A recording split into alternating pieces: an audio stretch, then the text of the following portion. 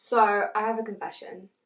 I have never once in my adult life, possibly longer, gotten rid of a single book that I have bought. Not one. We are doing my first ever book unhaul. And I'm not gonna lie, it was difficult. Guys, I have gone through my entire book collection because it's kind of getting out of hand and I don't really have places to put new books. And I have so many books that I either am not reading for whatever reason, I've already read and have no intention of reading again, or I just don't feel the need to keep a hold of. Kind of tried to organise them into different piles, so we're going to go through them as quickly as possible because there are quite a lot. How many are we getting rid of?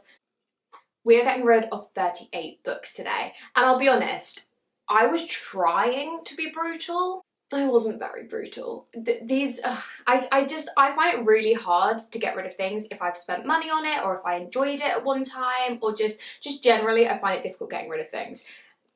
But I'm trying my best, and I have chosen 38 books that need to go. So I'm going to start with the easiest pile, the ones that were actually really easy to let go, and that is because for whatever reason I have 2 copies of this book. So starting off strong, we have Conversations with Friends, which is one of my favourite books that I've read this year, and I loved it so much that the copy that I originally thrifted was the spine. I don't know if you can tell, but the spine is so broken and I found that deeply upsetting. So I went into a thrift store because for some reason they always seem to have this for normal people, and I found another one in perfect condition. So as much as I love this book, I'm getting rid of this copy. Then I think 2 people bought me this, so I have 2 copies of this, but this is Everyone You Hate Is Going to Die and Other Comforting Thoughts, which is a book by Daniel Sloss. He's one of my favourite authors. I actually just read this and I really, really liked it.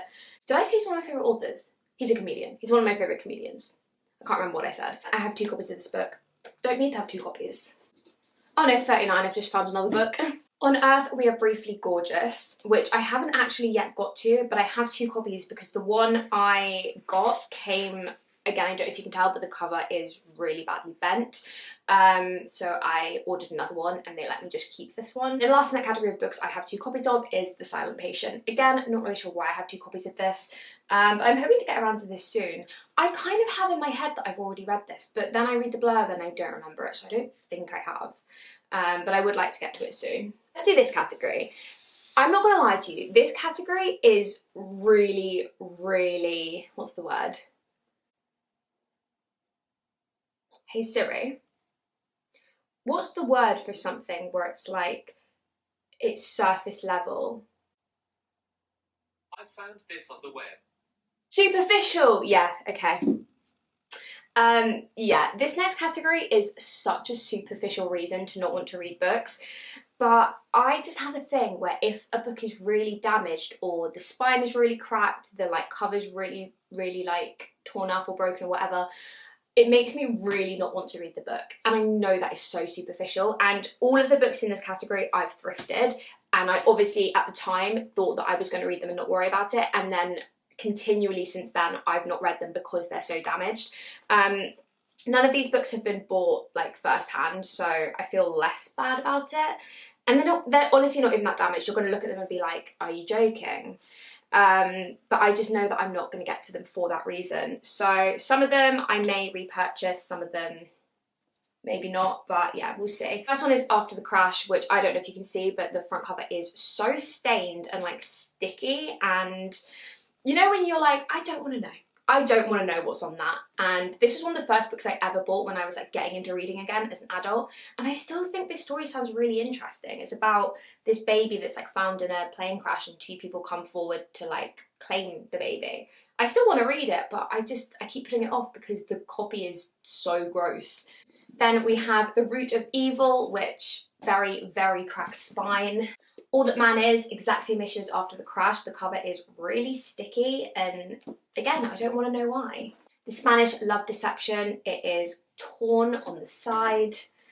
The Lost Hours, really cracked spine. Snowman, the back cover is torn. And My Policeman. This actually isn't an awful, no, it is in quite bad condition. It's all bent up and just, it's not in great condition. And I don't really like movie covers, even though it's Harry Styles, and I love Harry Styles.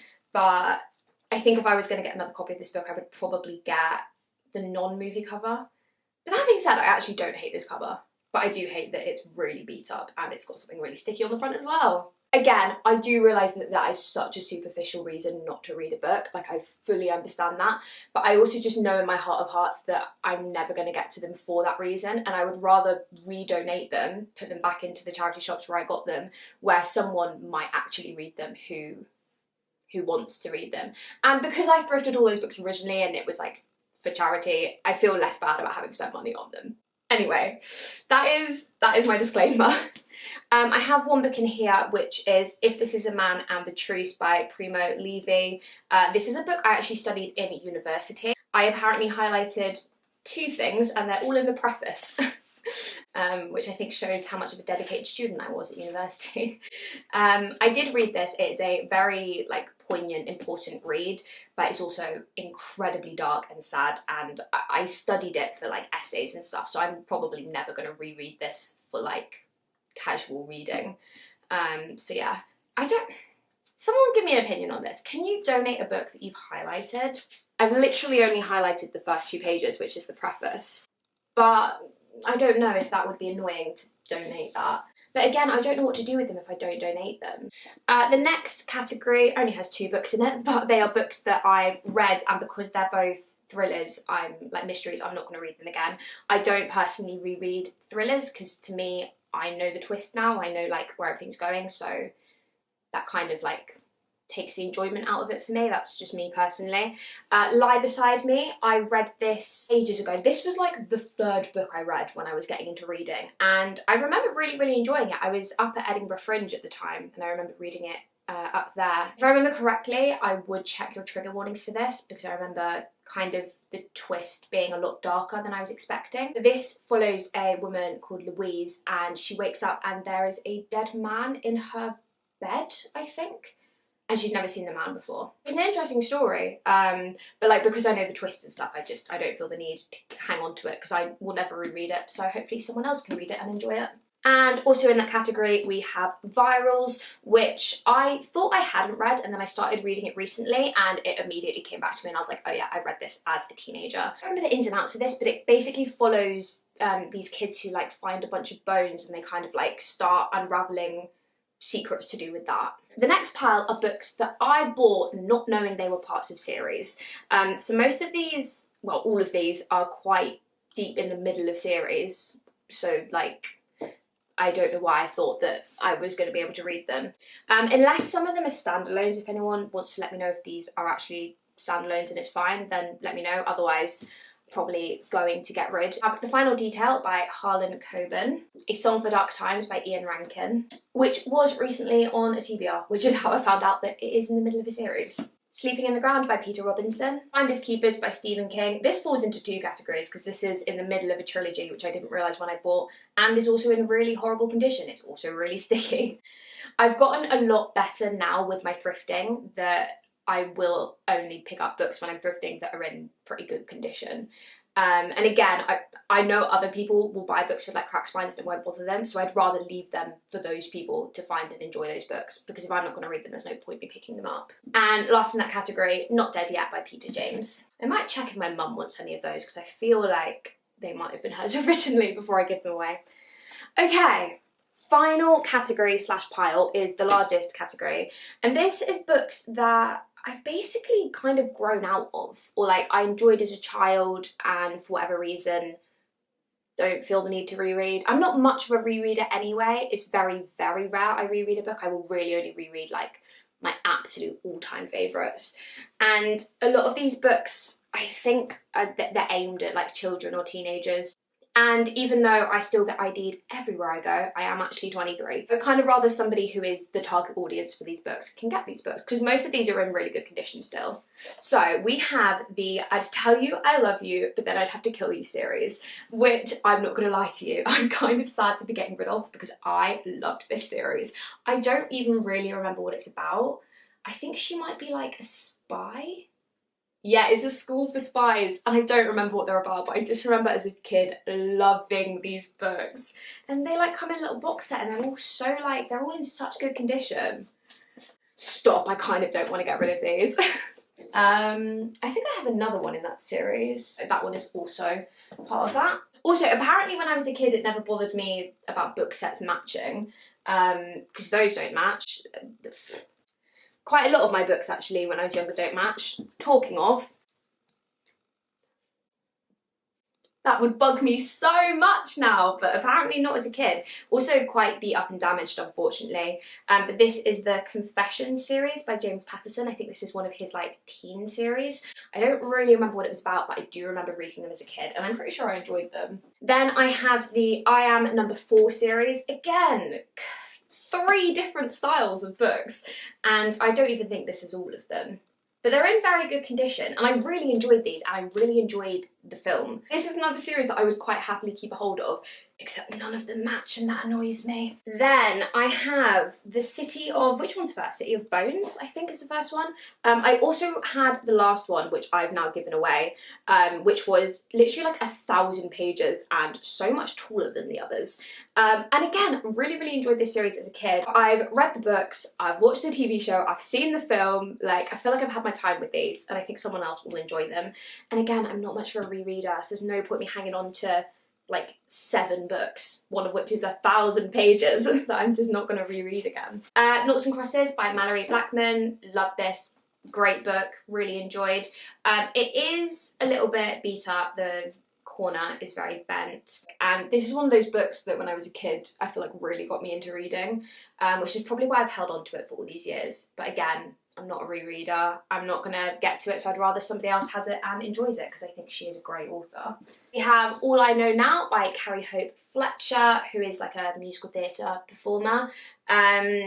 This is like a memoir slash like non-fiction, and as I've said like 1,000 times, I don't reread books, but I definitely don't reread non-fiction, so again, unfortunately there's just no point me hanging on to it anymore. But this is in literally perfect condition, so I'm hoping somebody will find this and really want it. It doesn't fit on the book cover.